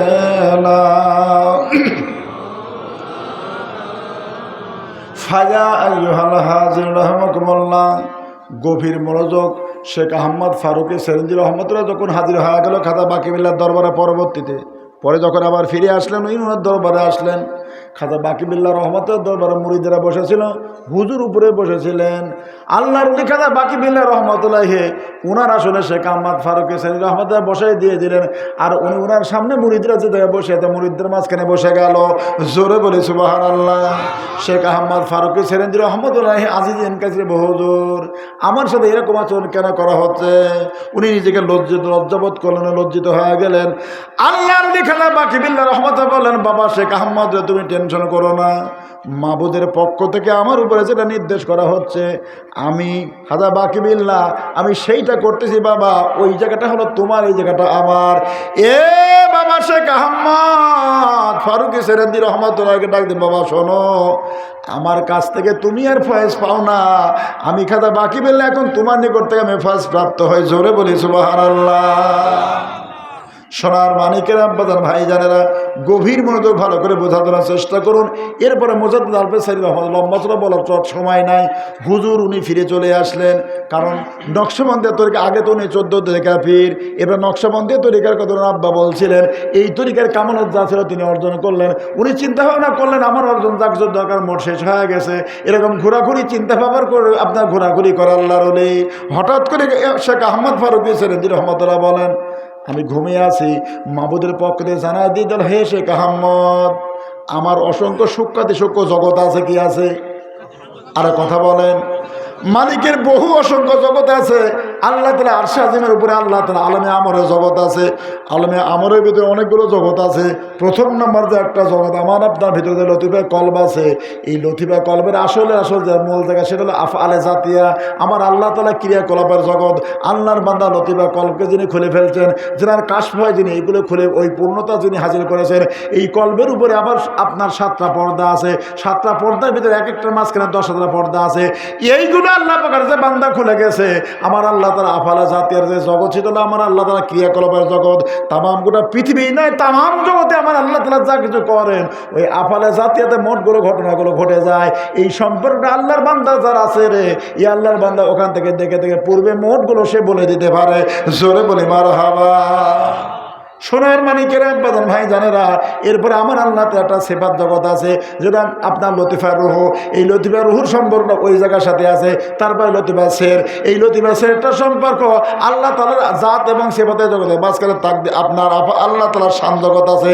এই শান ইলমের যে মূল জগৎ আছে রে, আসলের আসল যে জগৎটা আছে, এই জগতে আমার আল্লাহ তাআলার হকিকতে কাবা আছে এবং হকিকতে কোরআন আছে, যেটা মোট নূরের। কিসের? এগুলো হলো আল্লাহ তাআলার অসংখ্য জগৎ আছে। এছাড়া আরও অসংখ্য অনেকগুলো জগৎ আছে। সোনার মানিকের আব্বাজান ভাই জানেরা, শেখ আহমদ ফারুকী সেরেঞ্জি রহমতুল্লাহ বলতেছেন, আমার আল্লাহ তাআলা পক্ষ থেকে আমাকে জানাই দিয়ে দাও, হে শেখ আহমদ রে, আমি পৃথিবীর জমিনে তোমাকে যে উদ্দেশ্যে আমি প্রেরণ করেছি, এই উদ্দেশ্য আমি আল্লাহ তাআলার সূক্ষ্ম যে জগৎগুলো আছে, এই জগতের জ্ঞান তুমি অর্জন করবা, এই জগৎগুলো তুমি পরিভ্রমণ করে করে তুমি দেখবা। এই এলেম, এই জ্ঞান আমি আল্লাহ তাআলা তোমাকে দান করবো, দেবো। এই জন্য পৃথিবীতে আমি তোমাকে প্রেরণ করেছি। এই জগৎগুলি পরিভ্রমণ করবার জন্য উঠতে গেলে 2টা পাখার দরকার, একটা পাখার দ্বারা ওড়া সম্ভব নয়। হে শেখ আহমদ রে, এই উড়ার জন্য 2টা পাখা দরকার। এই 2টা পাখার একটা পাখা পরিপূর্ণ হয় না খাজা বাকিবিল্লাহ দরবারে থাকার পরে। এ বাবা শেখ আহমদ ফারুকী সেরেঞ্জি রহমতুল্লাহ বলেন, মাবুদের পক্ষ থেকে আমাকে জানাই দিতে হলে শেখ আহমদ রে, তুমি সাধনা করতে থাকো, এখনো একটা পাকাই পরিপূর্ণ হয় নাই, আর একটা পাকার জন্মই হয় নাই। ওই পাকাটা জন্ম হবে, ওইটা পূর্ণতা লাভ করবে, এরপরে তুমি সুখ্যাতি সুখ যতগুলো জগৎ আছে তামাম জগৎগুলো পরিভ্রমণগুলো দেখার তুমি তার জ্ঞান অর্জন করবা। জোরে বলি সুবহানাল্লাহ। শেখ আহমদ ফারুকী সেরেন্দি রহমতুল্লাহি উনি এইটা যখন অবলোকন করলেন, যখন দেখলেন, যখন শুনলেন, উনি আশ্চর্য হলেন। সর্বনাশ, 14 তরিকার আগেই পীর। এরপরে খাজা বাকিবুল্লাহ রহমতের কাছ থেকে নকশবন্দের তরিকার আব্বাসরা ওসিয়ত করে সেটা উনি গ্রহণ করলেন। এরপরে আবার তাকে এই টেলকে করে জানাই দিয়ে দেওয়া হলো। উনি চিন্তায় ঘেমে যাতে অস্থির হতো। সর্বনাশ, তাহলে অবস্থাটা কি? এরপর শেখ আহমদ ফারুকী সেরেন্দি রহমতুল্লাহি উনি সাধনা শুরু করে দিলেন পয়গম্বরদের উপরে। কাদের উপরে? পয়গম্বরদের উপরে, নবীদের উপরে সাধনা করতে করতে করতে করতে উনি একটা মাকাম, একটা দায়রা তৈরি করলেন, যে দায়রাটার নাম হলো কামালতে নবুয়ত। কি দায়রা তৈরি করলেন? কামালতে নবুয়তের দায়রা তৈরি করলেন। যে ওনার পূর্বে যত আল্লাহর ওলি পৃথিবী জমিনে আসছে রে, কোনো আল্লাহর ওলি এই দায়রাটা তৈরি করতে পারে? দায়রা সম্বন্ধে তাদের কোনো জ্ঞান ছিল না। তার নিচের যেগুলো আছে সেইগুলো সম্বন্ধে তাদের ধারণা ছিল। প্রথম নাম্বার উনি দায়রাটা তৈরি করলেন। এরপরে তিনি সাধনা শুরু করে দিয়ে দিলেন। নবীদের উপরে একটা গ্রুপ আছে, তাদেরকে রাসূল বলা হয়। এই রাসূলদের ব্যাপারে উনি গবেষণা শুরু করে দিয়ে দিলেন। গবেষণা সাধনা করতে করতে করতে করতে উনি একটা ক্লাস, একটা দায়রা তৈরি করলেন, যে দায়রাটা নাম হলো কামালতের রিসালাত। জোরে বলি সুবহানাল্লাহ। কি তৈরি করলেন? হ্যাঁ, এরপরে আর এক গ্রুপ আছে উলুল আজম পয়গম্বর। কি আছে? উলুল আজম। এই উলুল আজম পয়গম্বরদের ব্যাপারে উনি গবেষণা শুরু করলেন। গবেষণা করতে করতে, সাধনা করতে করতে, আর এইগুলো করার, এই যেখানে আমি বলে যাচ্ছি, এতে একেবারে সহজ বিষয়, ভাববার বিষয়। উনি যখন প্রথম এটা তৈরি করছেন, পয়গম্বরদের এই সাধনা কত কঠোর ছিল, যে ওই গুণে গুণান্বিত সাধনা করে ওই মাকামটা তৈরি করা কত বড় কঠিন কাজ, যেটা আমাদের জ্ঞানে আসাই সম্ভব না। সম্ভব? হ্যাঁ, সম্ভব না। রাসূলের ব্যাপারে উলুল আজম পয়গম্বর যারা আছে তাদের ব্যাপারে উনি করে উনি আর একটা দায়রা তৈরি করলেন, যার নাম হকিকত, যার নাম কি? কামালতে উলুল আজম। কি? উলুল আজম। এরপরে উনি হকিকত সম্পর্কে, পয়গম্বরদের হকিকত এবং আল্লাহ পাকের হকিকত, একটা হকিকতে ইলাহি, একটা হকিকতে আম্বিয়া, একটা হকিকতে হকিকতে আম্বিয়া। হকিকতে আম্বিয়া হলো, হকিকতে আম্বিয়া হলো হকিকতে মুসাবি, হকিকতে ইব্রাহিমি, হকিকতে ইব্রাহিমি, হকিকতে মুসাবি, হকিকতে মোহাম্মদী, হকিকতে আহম্মদী। এগুলো হলে হকিকতে আম্বিয়া, হকিকতে আম্বিয়া। এখানে ইব্রাহিমি এবং মুসাবি হওয়ার পিছনে কারণ, এই দুইজন পয়গম্বর সেফাত দুই ধরনের। সেফাত, ইব্রাহিম আলাইহিস সালাম উনি আল্লাহ তাআলার সেফাতের দিকে আকৃষ্ট ছিলেন। কার দিকে? এই জন্য উনি বলছেন কাইফা তুহিল মাউত। উনি আল্লাহর খলিল। উনি কি জানে না যে আল্লাহ মারাক তাদা করতে পারে? কথা বলেন। এরপরেও ওনার চাহিদা, আকাঙ্ক্ষা কি? এতমেনান তার, কাইফা তুহিল, আল্লাহ তুমি মারাক তাদা, আমি জানি, বিশ্বাস করি, অসুবিধা নেই, কিন্তু আমি দেখবো, আমি কি করবো? কুরআন প্রমাণ করতেছে ইব্রাহিম আলাইহিস সালাম আল্লাহ তাআলা সেফাতের দিকে কি ছিল? আকৃষ্ট ছিল। তো আল্লাহ পাকের একটা সেফাত, একটা জাত। মুসা কালিমুল্লাহ আল্লাহ তাআলা জাতের দিকে আকৃষ্ট ছিল। কার দিকে? এই জন্য মুসা কালিম বলছেন, কি বলছেন? আল্লাহ আমি, হ্যাঁ, রব্বি আরিনি, না রব্বি আরিনি না, আরে আল্লাহ আমি তোমাকে, হ্যাঁ ওইটা, হ্যাঁ রব্বি, আল্লাহ আমি তোমাকে দেখবো। আল্লাহ বললাম তারা নেই। মুসা আলাইহিস সালাম বললেন কি? রব্বি আরিনি, আল্লাহ আমি তোমাকে দেখতে চাই। ইব্রাহিম আলাইহিস সালাম বললেন কাইফা তুহিল মাউত, আল্লাহ তুমি মরাক তাজা করো কেরম করে, আমি আমাকে দেখাও। সে লম্বা চলা ঘটনা তা দেখাও দিয়েছে। কিন্তু মুসা আলাইহিস সালাম বললেন রব্বি আরিনি, উনি আর সব এগুলো দেখা টাকার কোনো সিন নেই। আল্লাহ আমি তোমাকে দেখবো। কাক? ওই মরাক তাজা করো বক্তব্য এটা দেখতে রাজি নেই, সরাসরি কাক দেখবে? আল্লাহকে নাম তারা কখনো সম্ভব না। কুরআন প্রমাণ করতেছে মুসা কালিমুল্লাহ আল্লাহ তাআলা জাতের দিকে আকৃষ্ট। কার দিকে? জাতের দিকে। এই দায়রার পরেই হলো হকিকতে মোহাম্মদ। হকিকতে যা তার সেপার দুইটা সংমিশ্র নেই, যা সেরে আর তার সেটা হকিকত মোহাম্মদী। আর আহম্মদী একই জন, একটা মোহাম্মদ আর আহম্মদ। আহম্মদ আসমানে, মোহাম্মদ জমিনে। ওকে যে আহম্মদী যেটা সেটা ইলাহির দিকে, আল্লাহ তালার দিকে নেসবত, ওই দিকে চলে গেছে। যাক, বিষয়গুলো অত্যন্ত জটিল এবং কঠিন। তো শেখ আহমদ ফারুকী সেরেন্দি রহমতুল্লাহ, এটা হকিকত ইলাহি, এটা হকিকত আম্বিয়া। হকিকত ইলাহিতে হকিকতে কাবা, হকিকতে কোরআন, হকিকত সলুদ, হকিকত কোরমা, হকিকত সালাদ, এগুলো মোট হকিকতে ইলাহির দিকে। আর হকিকত আম্বিয়া যেগুলো বললাম, কথা কিছু বোঝা গেল? এই দায়রাগুলো মোট মুজাদ্দেদ আলফসানি শেখ আহমদ ফারুকী সেরহিন্দি রহমতুল্লাহ তৈরি করলেন। কি করলেন? এর নাম নকশবন্দে মুজাদ্দিদিয়া। আমাদের ভিতরে এ পর্যন্ত বহু মানুষ আছে এই জ্ঞানটাই না, এদের অনেকেই ধারণা যে এটা নকশবন্দে মুজাদ্দিদিয়া। অনেকেই তাই বলার পিছনে আমার কিছু কারণও আছে, কারণ খাতা বাকিবুল্লাহ থেকে উনি যেটা নেছে এটা তো নকশবন্দি। আর উনি মুজাদ্দেদ আলফসানি হওয়ার কারণে, ওনার ভিতরে প্রবেশ করার কারণে ওই দিন আমি নকশবন্দে মুজাদ্দিদি হয়েছে। কিন্তু উনি মুজাদ্দেদে আলফসানির কারণে উনি যে নিজে একটা তৈরি করলো, উনি নিজে সাধনা করে যে এগুলো তৈরি করলেন, ওনার তরিকা কোথায় যাবে? ওনার তরিকা কোথায় যাবে? আমাদের ভিতরে অন্য লোক তো প্রশ্ন যায় না, আমাদের ভিতরে বহু মানুষ বোঝাই না, এটা মেমোরিতে জ্ঞানেই আসে না। এটা করলে নকশবন্দে মুজাদ্দিদিয়া। আগে ছিল নকশবন্দিয়া, ওই নকশবন্দিটা খাজা বাকিবুল্লাহ থেকে ওনার ভিতরে প্রবেশ করে ওইটার নামই নকশবন্দে মুজাদ্দিদি হয়েছে। কিন্তু উনি নিজে পার্সোনাল যেটা তৈরি করলেন সেটা কি খাস? এটা আরবি শব্দ, কারণ মূল কথাটা হলো বিশেষ মুজাদ্দিদিয়া। তো মুজাদ্দিদি এটা আরবি শব্দ, তাহলে ওর সাথে তো খাস শব্দটি ব্যবহার হবে, তাই হবে না? এটা বাংলা, এটা আরবি কি হয়? তা তো হবে না। খাস মুজাদ্দিদ মানে বিশেষ সংস্করণের রাস্তা, বিশেষ সংস্করণের রাস্তা, বিশেষ সংস্কারের রাস্তা, খাস মুজাদ্দিদিয়া। কথা কিছু বোঝা গেল? তো এই জন্য এখানে ওইটারই আরবি শব্দ ব্যবহার করা, খাস মুজাদ্দিদ মানে বিশেষ মুজাদ্দিদিয়া। যেটা বিশেষ মুজাদ্দিদ মানে কি? মুজাদ্দেদ আলফসানি রহমতুল্লাহ যেটা তৈরি করেছেন। কথা কিছু বোঝা গেল? এইটুকু না বোঝার কারণে অনেক মানুষ বোঝে না বিষয়টা কিরকম। কোকিল ও বাসা করে সেরে ও ডিম পাড়ে বাচ্চা তোলে,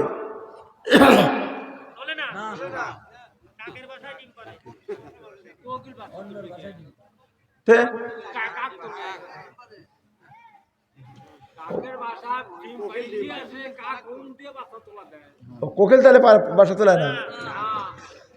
তো বোঝা গেল যে এই কয়জন লোকের এরই ঘুম আসেনি, আর বাদ বাকি মোট লোক ঘুমাইছে। কি কর বিষয় ভালো করে বোঝালো, কারণ তারা জ্ঞানী আসবে না। তো নকশবন্দিয়ার বাসার ভিতরে থেকেই এটা বিশেষ মুজাদ্দিদিয়া। বাসাটা কার? বাসা শালিকি, ডিম পাড়েছে কোকিল। বাসা কাকে? ডিম পাড়েছে কি? কথা কি ভালো করে বুঝতে চান? হ্যাঁ, এই পার্থক্যটা না, শালিকের বাসায় শালিকও ডিম পাড়তে পারে, আবার কোকিলে তো পারে, তাই পারে না? কাকের বাসায় কাকও পারে, আবার এখানে বিষয়টা এরকম হয়েছে। কথা কিন্তু বোঝা গেল? না বোঝা কারণে সমস্যা। এই বাকিবুল্লাহ রহমতুল্লাহ থেকে ওনার ভেতরে ঢুকলো, ওইটার পাওয়ারে কিন্তু ওই 14টা চাইতেও কি কিছুই করেন। আর পরে যেটা বললাম এটা বাদ রাখেন, ওই উনি যে 14 তরিকার যে কামেল, ওই 14 তরিকার ওইগুলো মোটের পাওয়ার বেশি না নকশবন্দে বাকিবুল্লাহ যেটা এটার পাওয়ার বেশি? হ্যাঁ, পাওয়ার বেশি না? এইবার এতক্ষণ পরে যেটুক বললাম এইটার দ্বারা ওই 14টা এবং নকশবন্দের যত পারছে মোট এক জায়গা করে সেরকম এটা সমান, এটা সমান হবে না। এইটুক না বোঝার কারণে যে জাতি তার নিজের ঐতিহ্য সম্পর্কে জ্ঞান রাখে না, এ জাতির উন্নতি লাভ করা কোনোদিনও সম্ভব নয়। আব্দুল করিম সাহিত্য বিষয় বলছেন, যে জাতি তার নিজের ঐতিহ্য সম্পর্কে জ্ঞান রাখে না, ও জাতির উন্নতি হবে না। তো হবে কি? জ্ঞান থাকতে হবে, তার সমস্যা। তো তাহলে মোটগুলো এক জায়গা করেও কারণ বাকিবুল্লাহ থেকে যেটা নিল কেন কুরকুর করে কি হয় আল্লাহ জানে, কেন কার মানে হারা গেছে কল দিচ্ছে বাইরে কি জানে। দুশমনাল্লাহুম্মা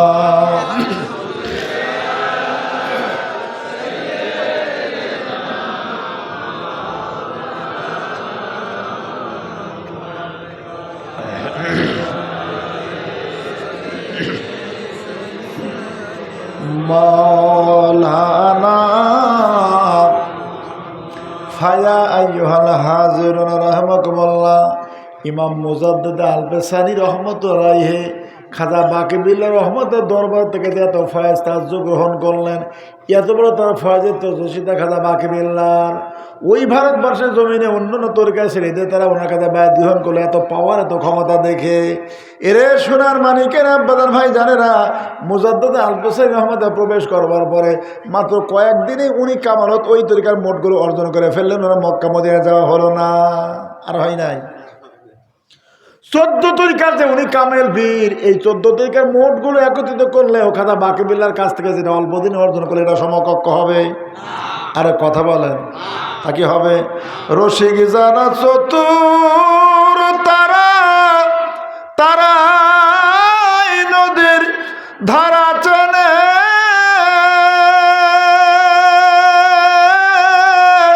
উজন তরি যাচ্ছে, উজন তরি যাচ্ছে, তারাই স্বরূপ সাধন জানে। আমার মনের মানুষ যেখানে, আমি কি সন্ধানে যাই সেখানে, আমি কি সন্ধানে যাই সেখানে, আমার মনের মানুষ যেখানে। খাজা বাকিবিল্লাহ রহমতের দরবার থেকে উনি যেগুলো অর্জন করলেন অল্প দিনের ভিতরে, তার কারণে একজন রসিক মানুষ। কি মানুষ? আরে কথা বলেন, রসিক মানুষ। রসিক যারা চতুর তারা, তারা কি চালাকি উপরে না চতুরি উপরে? হ্যাঁ, হাই রে লোকটা চতুর রে, আর হাই রে চালাক, কি কর? তারপরে আবার হাই রে চতুর, তোমরা চালাকের আর এক ধাপ, হ্যাঁ আর এক ধাপ। এই নিসবত সম্পর্কে বুঝতে গেলে, এর রুট সম্পর্কে বুঝতে গেলে, যারা আশেক তারা বলছে রসিক, যারা চতুর তারা, তারাই এই নদীর ধারা চেনে, অন্য কোন মানুষ এই সম্পর্কে জানে না। এই ধারা রাস্তা চিনতে গেলে গভীর সূক্ষ্মাতি সূক্ষ্ম, এই রুটটাকে চিনতে গেলে মানুষটাকে অবশ্যই চতুর হতে হবে। প্রশ্ন হতে পারে, হুজুর আমি যদি চতুর না হতে পারি তাহলে অবস্থাটা কি? আপনার কোনো মতো জানে বেঁচে যাবেন, কিন্তু কামালত বিরাত অর্জন করবেন, অনেক দূর অনেক কিছু করবেন, এটা জীবনে তা সম্ভব হবে না। শুধু আপনার কোনো মতো বাঁচার গোছ হবে, এর সাথে বেশি আপনার দ্বারা সম্ভব হবে না। কষ্ট পেলেন মনে? হ্যাঁ, বাঁচে যাবেন। হ্যাঁ,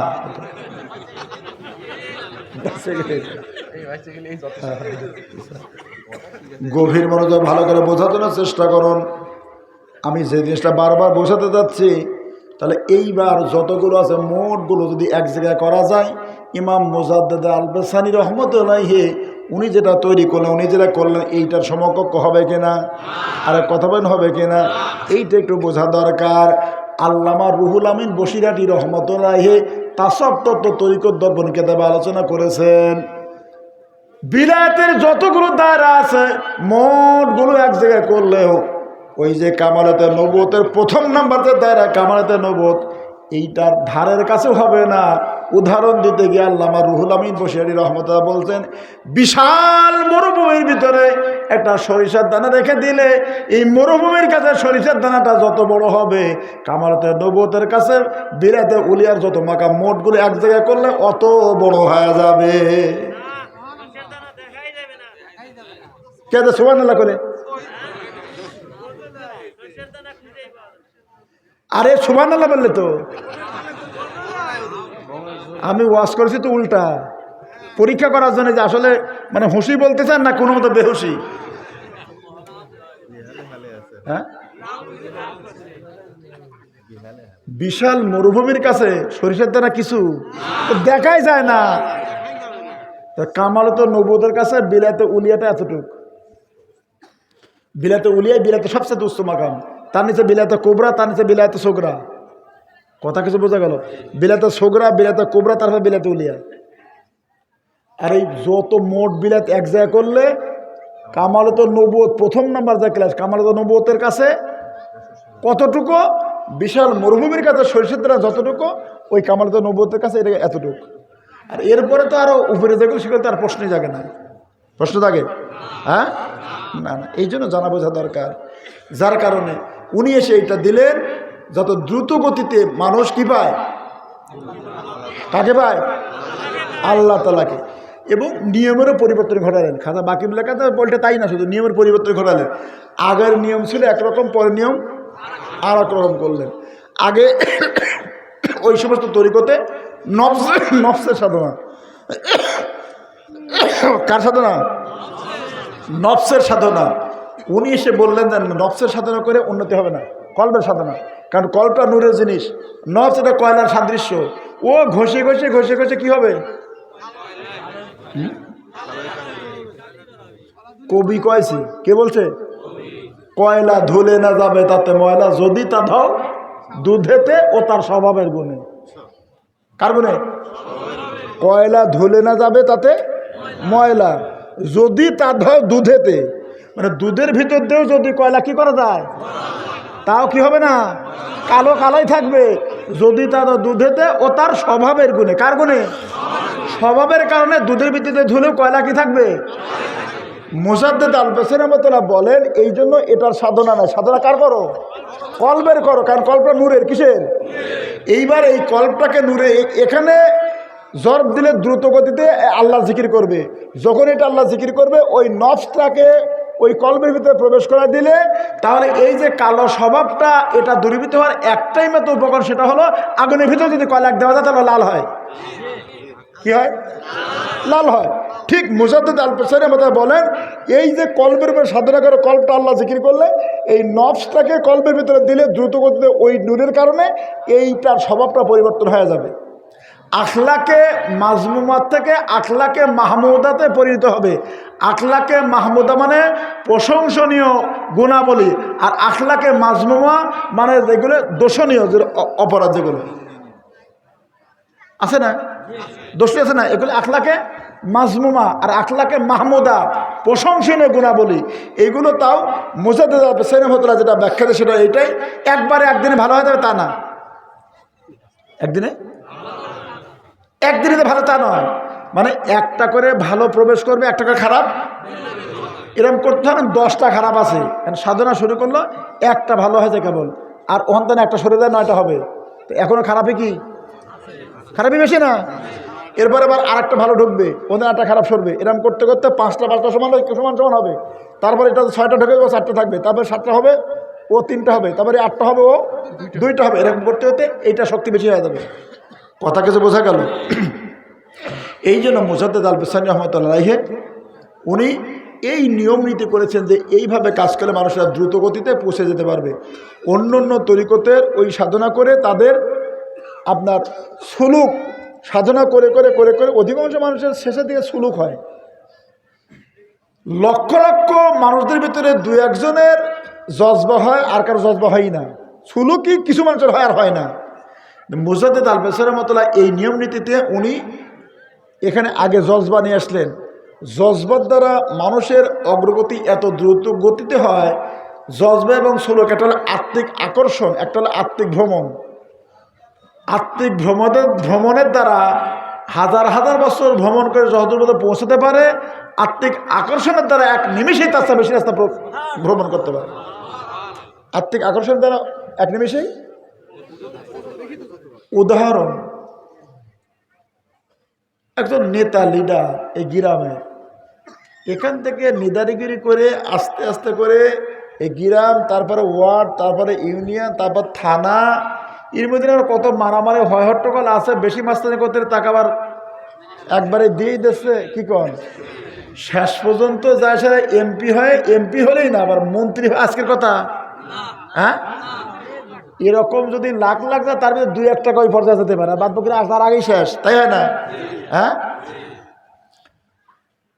আর একজন এই ধরেন তারেক জিয়া, মনে করেন যে যদি প্রধানমন্ত্রী হয়, তো আপনার একজন সাথে ভালো সম্পর্ক আছে, টেকনোক্রেট মিনিস্টার থাকে কিছু, ওর ভোট টোটা ডাইরেক্টলি যায়। বোঝাতে পারতেছি? এটা গভীর সম্পর্কের কারণে। কিসের জন্য?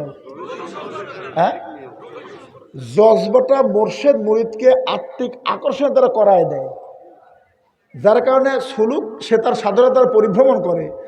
ও হাজার হাজার বছর পরিভ্রমণ করে যে জায়গায় পৌঁছাতে পারে, মুর্শিদ তার মুরিদকে এই নিসবতে জজবার দ্বারা, আত্মিক আকর্ষণের দ্বারা মুরিদকে এক টাইম দখলে যেতে পারে। যেমন ওই যে প্রধানমন্ত্রী পাওয়ারের দ্বারা এই গ্রামে তার একজনকে ও ডাইরেক্ট নির্দেশনে টেকটকের মিনিস্টার বানা দিচ্ছে, অথচ তার আগে যে বললাম ওই মিনিস্টার হওয়া লাখ লাখের ভিতর থেকে পড়াই শেষ হয়ে যায়, হঠাৎ এক আধ যখন পৌঁছাতে পারে, তার কত নাকানি সুবানি কত কিছু ছাল বাকলা উঠে যাওয়ার পর তারপরে গা আর কথা বলে। ওই রকম যে তার ওই পাওয়ারের কারণে ওই প্রধানমন্ত্রী ডাইরেক্ট ওখান থেকে টান দিয়ে টাকলে বসা দিয়েছে। আমি কি বোঝাতে পারছি? হ্যাঁ, এই জন্য মোর্শেদ জজবাতের আত্মিক আকর্ষণের দ্বারা ওই রকম সুলুকের রাস্তায় পরিভ্রমণ করে বহু বছর পরিভ্রমণ করে যে সময় পৌঁছাতে পারে, জজবাত দ্বারা মোর্শেদ আত্মিক আকর্ষণের দ্বারা এক নিমিষে তার বেশি দূর রাস্তা পরিবর্তন নিয়ে চলে যেতে পারে। কথা কিন্তু বোঝা গেল? মুজাদ্দিদ আল-বুসরি রহমাতুল্লাহ এই রাস্তা দিয়েছেন, এবং উনি দেওয়ার পরে এইটা প্রায় 400 বছর, প্রায় কি 400 বছর নিকটবর্তী ওনার থেকে বন্ধু। মাঝখানে অসংখ্য আউলিয়া কেরাম আসছেন, এই নির্গত সিলসিলাতে আছে কি না? তরিকা ঠিক আছে, সব কিছু আছে, কিন্তু ফয়েজ মাঝখানে বিভিন্ন প্রকার সমস্যার কারণে ফয়েজের যে প্রখরতা যেটা ছিল মাঝখানে অনেক কমতি ছিল। দাদুজান ইমামুল আউলিয়া হযরত হাকিম আব্দুল হাকিম রহমতুল্লাহি, আল্লাহ পাক তাকে কত বড় হাস্তি করে তৈরি করেছিলেন আল্লাহ পাকই ভালো জানেন, আর ওনার সাথে ঘোরাফেরা করছেন তারা জানে। আমার ওই কানা মানুষ অজাতাই হাতিক মাপতে দেয় সারে, পাত দিকে হাত দিয়ে সারে, আমি কইলাম যে হাতিটা খামের মতো। আসলে কি তাই? হ্যাঁ, আসলে তাই? তা না, তা আমার কোয়া ওরকম হবে নি। ওই কানে হাত দিয়ে সারে আর কইলাম যে হাতি কুলির মতন, যেগুলো ঝাড়ে কোলার মতো। আসলে কি তাই? আমি কানা, আর একজন আসে গায়ে হাত দিয়ে করেন না হাতি দেওয়ালের মতন। প্রাচীর আছেন, দেওয়াল আছে না, এই 3 কানার কোনো কি ঠিক হয়েছে? একটাও ঠিক হয় নাই।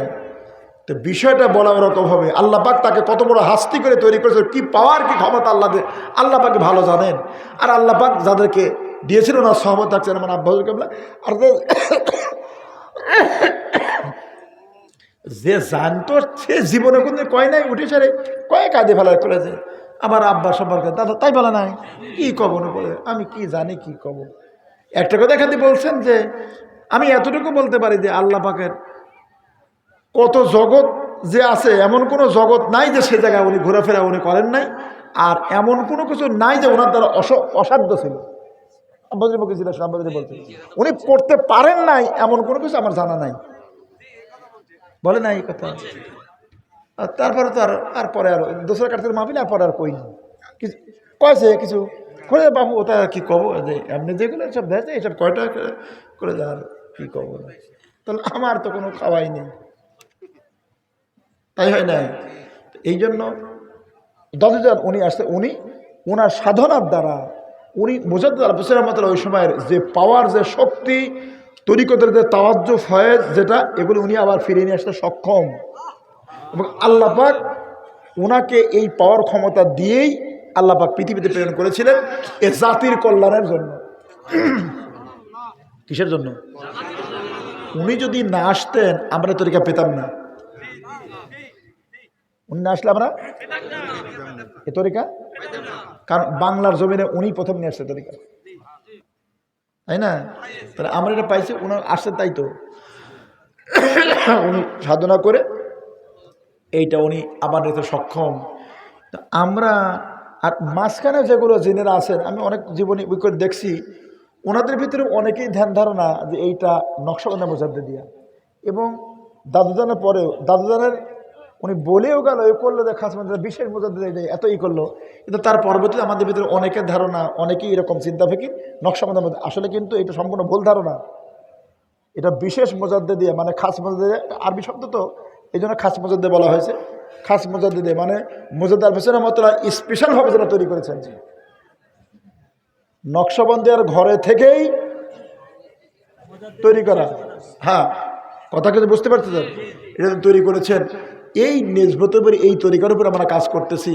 এর এত পাওয়ার, এত ক্ষমতা, যে সম্পর্কে আমাদের কোনো কি নাই, ধারণাই নাই।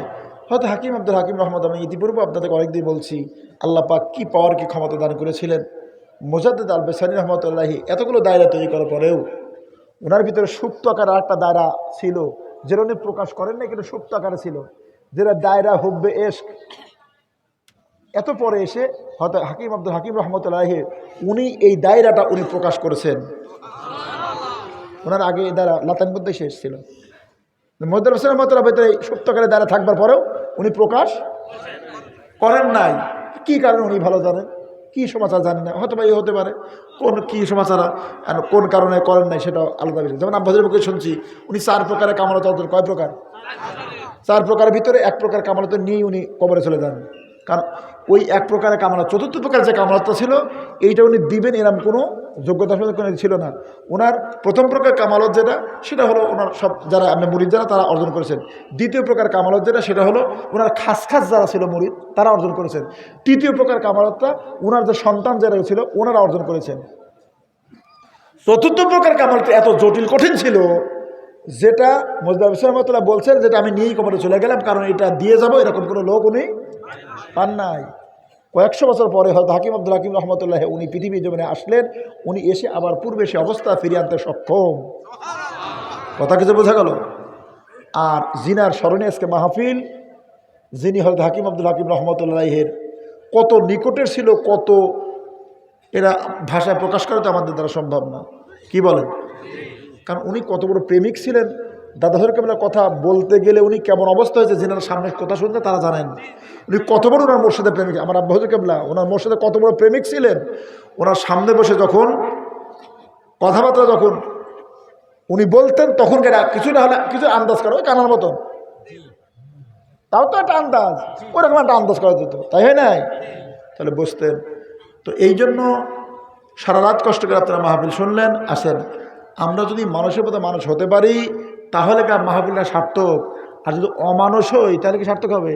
ওই 1 প্যাকেট খেজুরি পদ্মে শেষ। আসলে কি ওটা তো সেটা একটা আবারও এটা আউল একরামদের নীতি, তাই ওইটা তো মূল জিনিস না। আর মানুষ আসছে 4টে বিকেলবেলা 4টে খাওয়া না করলে তার সারা রাত মাহফিল সারা সম্ভব না। ওইটাকে যদি আমরা মূল মনে করি তাহলে তো মুশকিল না। মেন তো আসলে যেগুলো বললাম এইগুলো। তাহলে আমাদেরকে মানুষের মতো মানুষ হতে গেলে মুর্শিদের ইত্তেবা অনুসরণ করে, তরিকতের যেটা নিয়ম নীতি সেটা আমল করে, ফায়স্তাজ গ্রহণ করে আমাদেরকে মানুষের মতো মানুষ হয়, এইটা আমাদের আসল কাজ। তাহলে কি আমার আব্বা হুজুর উনি খুশি হবেন। কারণ উনি যে উদ্দেশ্যে পৃথিবীতে আসছিলেন, যে কষ্ট করে খায় না খায় কষ্ট করে আমাদের মাঝখানে উনি যে নিয়ামতটা রেখে গিয়েছেন, তার নিয়ামতের সঠিক হেফাজত হবে। আর যদি তা না হয় তাহলে আমানতের নিয়ামত কী করা হবে? খেয়ানত করা হবে। যদি তা হয়, লাইন সাকার তুমি লাজিদান না কম অলাইন কাফার তুমি আযাবিলা স্বাধীন, আমার নিয়ামতের যে নাশকরি করো তারা কী করবে? আল্লাহ কঠিন। তাহলে এত বড় নিয়ামত রেখে গেল, আমাদের কোনো পাকড়াও করবে না? মোর্শেদ পাকড়াও করবে না? আপনাদের বলছি তো বাবা, আমি আল্লাহ দেখে আমি অত ভয় পাই না, রাসূল দেখে, কিন্তু আমি হ্যাঁ আমি আমার মোর্শেদকে দেখে আমি কি পাই? ভয় পাই। কেন? এই যে নিয়ামত যেটা রেখে গেছেন, এইটা যদি ধরে বসে তাহলে তো মুশকিল। কারণ যদি আমরা নাশকরি করি এটা, তাহলে আমাদেরকে কি করা হবে?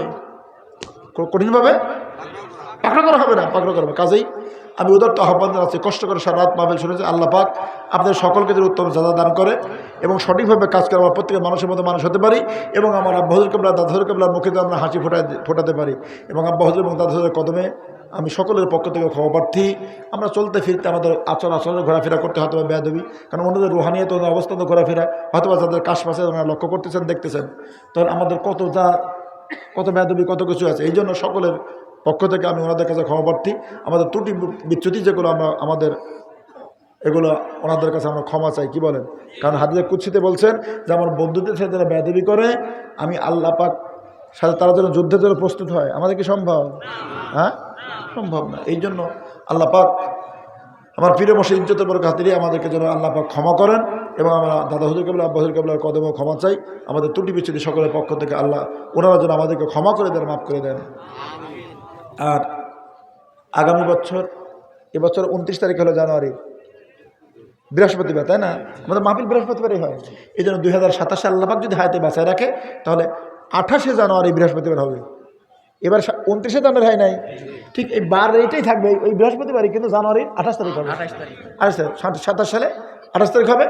আর যদি হায়াতে আল্লাহ বাঁচা রাখে, আর 28 সালে যা সালে 20শে জানুয়ারি হবে বৃহস্পতিবার। কয় জানুয়ারি? কারণ এই 23-24 রোজা চলে আসবে। হ্যাঁ, 23-24 তারিখে আমরা দেখছি 20শে জানুয়ারি হবে বৃহস্পতিবার মাহফিল। এই 27 28 2 তারপরে আবার পূর্বে জায়গা চলে যাবে একবার 22শে ফেব্রুয়ারি 29 সালে 22শে ফেব্রুয়ারি। আর আমাদের সাদাতপুরের মাহফিলটা 29 সাল পর্যন্ত হবে নির্দিষ্ট জায়গায়, 30 সাল থেকে আবার পিছায় নিয়ে আসতে হবে। আর আমাদের 29 সালে আবার আমাদের ওই ঈদের 22শে ফেব্রুয়ারি চলে যাবে। কথা কিছু বোঝা গেল?